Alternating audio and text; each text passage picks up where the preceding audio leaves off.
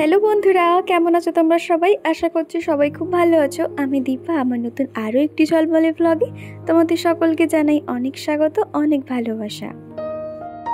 আর এই তো এরই মধ্যে কিন্তু বাসি কাজকর্মগুলো সেরে নিয়েছি, নিয়ে এখন স্নানটা করে নিয়েছি। আগের দিন রাতে না থালা বাসন মাজতে একদমই ভালো লাগছিল না, এতটাই শরীরটা খারাপ ছিল। সেই জন্য না রান্নাঘরে বাসি কাজকর্ম সমস্তটাই সেরে এখন স্নানটা করে নিয়েছি। আমি কিন্তু খুব একটা ওই রাতের বাসন ফেলে রাখি না, কিন্তু যখন একেবারে শরীর খারাপ করে, হয়তো পারছি না, তখনই একমাত্র রেখে দিতে হয়। তো এখন চলে এসেছি, গাছগুলোতে একটু জল দিয়ে দিচ্ছি। আর এত পরিমাণে রোদ উঠছে না, মানুষ তো নাজেহাল হচ্ছে, সেখানে তো গাছগুলোর কি অবস্থা হচ্ছে ভাবো। পুরো না গাছগুলো সমস্তটাই নেতিয়ে পড়ছে, আর মাটিতে জল দেওয়ার সাথে সাথে মাটিগুলো না পুরো শুষে যাচ্ছে। তো সেই জন্য ভাবছি যে একটা সময় বার করে আমাকে মাটিগুলো খুঁড়ে দিতে হবে। এখন তো হাতে অতটা সময় নেই, মোটামুটি ঝটপট করে কাজ করার চেষ্টা করছি। তো ভাবছি বিকেলের দিকে এই মাটিগুলো একটু খুঁড়ে দেবো, তাহলে না জলগুলো থাকবে। তো তারপর এই যে মেন বারান্দাটা একটু ঝাড় দিয়ে ধুয়ে দেবো, কেননা একটু পরেই চিকুর পাপা বার হবে। আর সকালবেলার সময়টাতে যেহেতু বাসি হয়ে থাকে, একটুখানি না ধুয়ে দিলে যেন কেমন লাগে। আর ওদিকে তো দেখলে আমাদের ভুতুও চলে এসছে। ভুতুর সকালে যদি দেখেছে আমরা কেউ বার হয়েছি, ওখানেই বসে থাকে। আর আজকে কিন্তু প্রত্যেকটা কাজকর্ম এমনভাবে করছি যাতে কোথাও এক বিন্দু ধুলো না পড়ে থাকে। ঘরের প্রত্যেকটা কোণা টিপটপ করে পরিষ্কার রেখে তবেই কিন্তু বাপের বাড়ি যাব। সামনেই জামাই ষষ্ঠী, তো একটু তো প্ল্যানিং রয়েছে বাপের বাড়িতে গিয়ে কী করব না করব।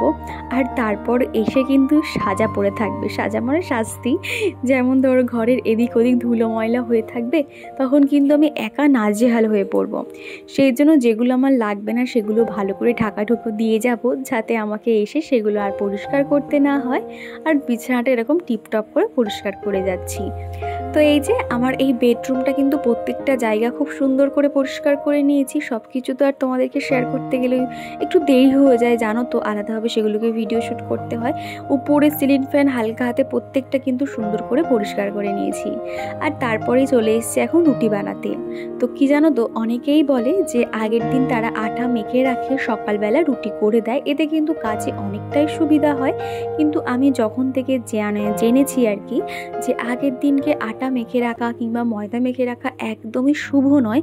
সেখান থেকে আমার যত কষ্টই হোক না কেন, আমি সকালে উঠে আটা মেখে তারপরেই কিন্তু রুটি বানাই, আগের দিন থেকে কখনো মেখে রাখি না। তো তোমরা যারা এগুলো করো, জানি এটাতে সুবিধা হয়, কিন্তু ওই যে মনের মধ্যে একটা কেমন খারাপ লাগে, এগুলোতে কিন্তু অনেক নেগেটিভ প্রভাব পড়ে সংসারে। স্নান করে এসেই আধ ঘন্টার জন্য যেহেতু আটাটা মেখে রেখেছিলাম, এখানে আটা ময়দা মিক্সড করা, সেই জন্য কিন্তু খুব সুন্দর সফট রয়েছে। আর আগে কি করতাম, যখন রুটি এরকম আমি সেঁকতাম, ডাইরেক্ট আগুনে দিয়ে সেঁকে নিতাম। তো তখন না কোনো একটা বন্ধু তোমরা বলেছিলে আমাকে যে এরকম রুটি ডাইরেক্ট আগুনে সেঁকতে নেই, আর এতে কিন্তু শরীরের জন্য অনেক খারাপ। আর এটাও সম্বন্ধে আমি পরে জেনেও দেখলাম যে এটার জন্য কিন্তু আমাদের শরীরে ক্যান্সারের মতো রোগ হতে পারে, বা বিভিন্ন ধরনের কিন্তু রোগ হয়।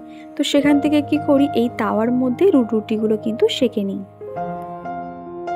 আর এই তো এখন 8:30 মতন বাজে, চিকু ঘুম থেকে উঠে পড়েছে। আর ও কিন্তু এরকম রুটি খেতে খুব পছন্দ করে, শুকনো রুটিটাই বেশি খায়, এরকম জল দিয়ে রুটিটা অতটা খেতে চায় না। তো এই রুটিটা না প্রথমে চিনি জল করে কিন্তু ভিজিয়ে রেখেছিলাম, তো এখন ওকে খাইয়ে দিচ্ছি। আগে কি হতো, দুধ দিয়ে রুটি খাওয়াতাম, আর যেখান থেকে চিকুর গরুর দুধ স্যুট হয় না, সেখান থেকে দুধটা কিন্তু একদমই বাদ দিয়েছি। বিশেষ করে এই গরমের সময় বাচ্চাদের কিন্তু কোনো রকম দুধ না দেওয়াই ভালো। তো সকালবেলা এদিকে আমার বেঞ্চের অবস্থাটা ঠিক এরকম হয়ে পড়ে থাকে। তো তারপরে আমাকে এগুলো বোঝাতে হয়, যেমন ধরো মশারি কুশান এদিক ওদিক করে পড়ে থাকে। আর এটা হলো একটা ইনসেক্ট কিলার, চিকু হাত থেকে ফেলে উপরের ঢাকনাটা ফেলে দিয়েছে। এই ইনসেক্ট কিলারগুলো না সুইচ বোর্ডে দিয়ে রাখবে, এত সুন্দর একটা আলো জ্বলবে, তো নীল মতন আলোটা জ্বলে আর কি। আর সেখানে যত রকম মশা বা যে কোনো কীটপতঙ্গ ওখানে না অ্যাট্রাক্ট করে, আর তখন ফটফট ফটফট করে মরতেই থাকে। আর এই বর্ষার দিনে কিন্তু এটা ভীষণ ভালো একটা প্রোডাক্ট। এটা আমরা ঠিক আগের বছর কিনেছিলাম এরকম বর্ষার সময়, মোটামুটি দেখতে দেখতে প্রায় 1 বছর হতে চললো। তো অনলাইন থেকে কিনেছিলাম, তোমরা যদি কেউ এটা জানতে চাও তো আমাকে বলো, আমি অবশ্যই লিঙ্ক দিয়ে দেবো। তো তারপরে চলে এসছে এই যে বেঞ্চের উপরটা একটু কুশানগুলো যেটা যেভাবে থাকে গুছিয়ে রাখি। সকালবেলা কিন্তু প্রত্যেকটা জিনিস আমার এরকম এদিক ওদিক করে অগোছালো হয়ে যায়, বুঝতে পারি না যে কী করে এগুলো হয়, কিন্তু সকালের দিকে এরকম হয়ে থাকে। আর এখন এই তো চিকুর পাপা অফিস বার হবে, সেই জন্য একটু চা দিলাম আরেকবার, আর সাথে একটা রুটি দিয়ে দিচ্ছি। রুটিটা যেহেতু বানিয়েছি, আর একটা রুটি খাওয়া মানে পেটটা খানিকক্ষণের জন্য ভরা থাকবে। তারপরে বসেছি চিকুর একটা ছোটোবেলার বালিশ নিয়ে। এই যে বালিশটা দেখছো, এর ভিতরে না সমস্ত শিমুল তুলো রয়েছে। চিকু একদম যখন ছোট ছিল, ওর দাদান দুটোই যে মানে যে বালিশগুলোর সেট পাওয়া যায় না, দুটো পাশের বালিশ, মাথার বালিশ, সেই সমস্ত বালিশের তুলোগুলো আমি এরকম একটা মাঝারি মাপের বালিশে ভরে দিয়েছি। তো তারপরে এরকম কুশানটা কিভাবে আর কি ফেটে গেছে ভিতরের খোলটা, তো সেই জন্য আমি ভালো করে সেলাই করে দিয়ে একটা কভার লাগিয়ে দিয়েছি।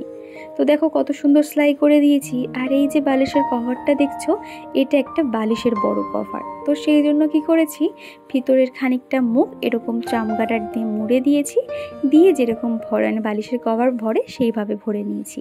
তো দেখো কত সুন্দর, ছোট এক্সট্রাভাবে যে ঝুলে থাকবে বা কিছু এরকম কিন্তু হবে না। তো তারপরে চিকুর পাপা অফিসে বেরিয়ে যাচ্ছে, আর প্রতিদিনই অফিস যাওয়ার সময় লালু আর ভুতুকে কিন্তু আলাদা করে বিস্কুট দিতে হয়, তা না হলে কিন্তু তারা ঝামেলা বাঁধিয়ে দেয়।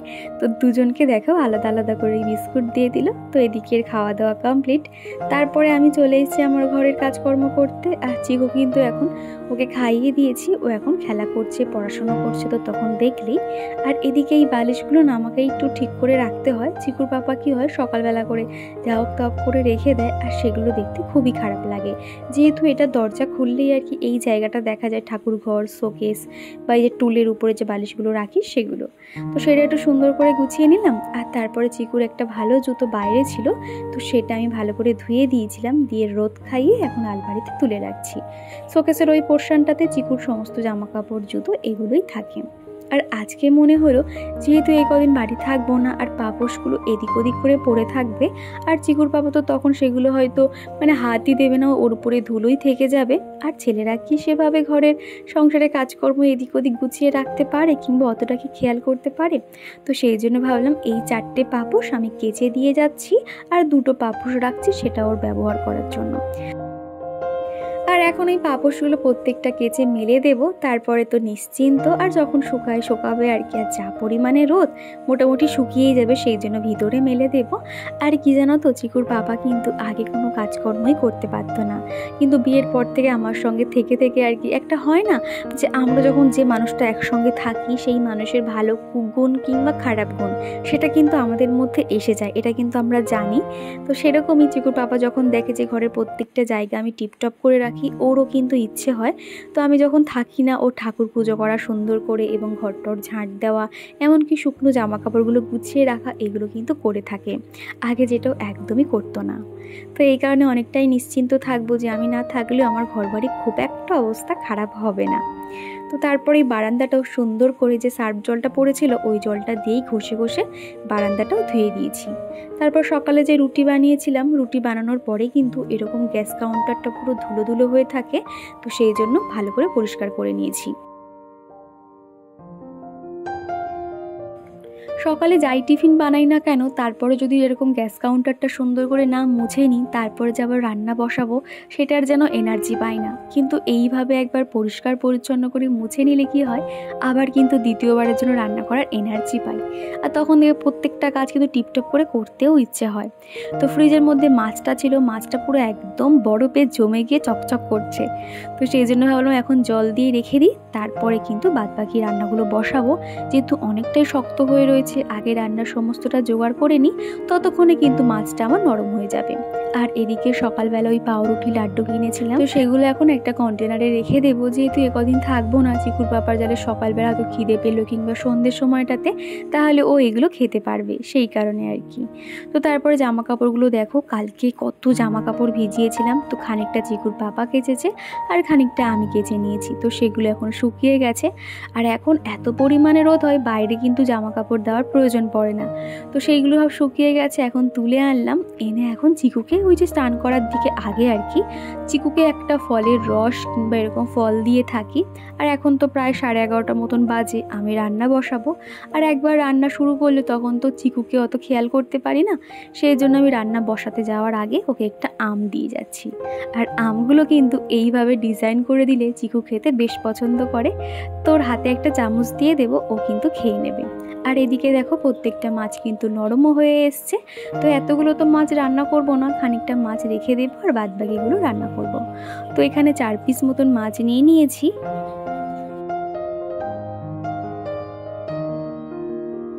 তো মাছগুলোকে নুন হলুদ মাখিয়ে 5-10 মিনিটের জন্য একটু রেস্টে রেখে দেবো। আর এদিকে কিন্তু রান্নার জন্য সমস্তটা জোগাড় করে নিচ্ছি। আলুগুলো ছাড়িয়ে কেটে নেব, তারপরে আদা রসুন কিংবা পেঁয়াজ যা যা লাগবে সেগুলোও কিন্তু জোগাড় করে। আর আগের দিন ব্লগে যে মিষ্টি বন্ধুরা আমাকে কমেন্ট করেছিল তারা হলো সেলাই লাভার, পূজা সরকার, নিকিতা দে, সুলতান মাইফুজা, রিয়া ঘোষ, মন্টি, মুক্তিজ blog, Debarati Sarkar, Pallabi Ghosh, Azmira Begum, Madhu, Sumi Adhikari, care family, Ashalata Kole, expose with Rima, Pinki Sen, Mou lifestyle, Jhumur Khanam, Sonia Khatun, তারপর রয়েছে সুজিয়া খাতুন, তারপর রয়েছে Sumi's world frame, Runa Saha, Moumita Roy Pal, Pompi Sharma, Madhurima Pal, Hasibul SK. তো দিদিভাই বোনেরা তোমাদেরকে জানাই অসংখ্য ধন্যবাদ। আগামী দিনগুলো ঠিক এইভাবেই আমার পাশে থেকে যেও। তো দুপুরে খাওয়া দাওয়ার পর থেকে সেরকম কিছু ভিডিও শ্যুট করতে পারিনি। তো এখন চলে এসেছি সোজা সন্ধেবেলা, আর এখন 7:30-8টা মতন বাজে। চিকুর পাপা তো অফিস থেকে চলে এসছে, আর আসার সময় আমার জন্য ফোনের একটা ব্যাক কভার নিয়ে এসছে। তো এটা এত সুন্দর দেখতে হয়েছে না, কি বলবো। আমার ব্যাক কভারটা 2 দিন ধরে খুঁজে পাচ্ছি না, আর ভিডিও করতে গেলে অনেকটাই যেন ভয় করে যে কোথায় স্ট্যান্ড উল্টে ফোনটা পড়ে গেলে ফোনটা একদম ভেঙে যাবে। সেই কারণে আর কি এই কভারটা এনে দিয়েছে। আর তারপর একটু বানিয়ে দিলাম ঠান্ডা ঠান্ডা লস্যি। চিকুর পাপা এত সুন্দর একটা জিনিস এনেছে, তাকে যদি একটু এরকম মন শান্তি ভরে একটা কিছু না খাওয়াই কেমন লাগে।